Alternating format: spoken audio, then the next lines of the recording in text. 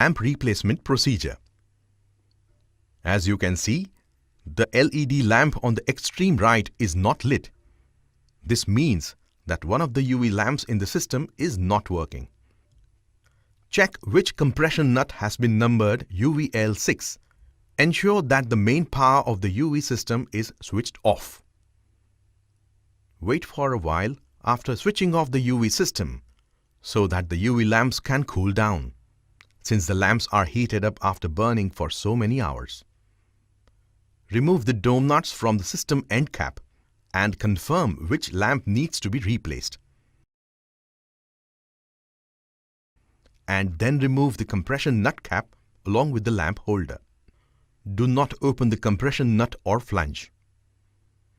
Carefully remove the lamp and follow the same instructions as per the installation video of the UV system.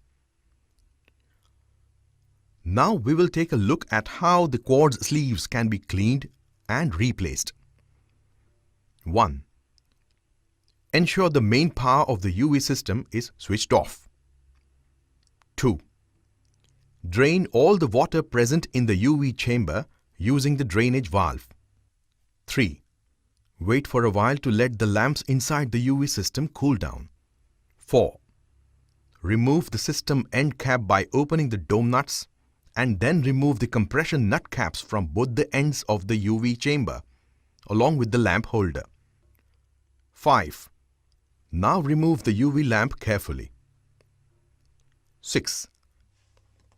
Take a smooth half-inch dia hard PVC pipe and insert it into the old quartz sleeve slot.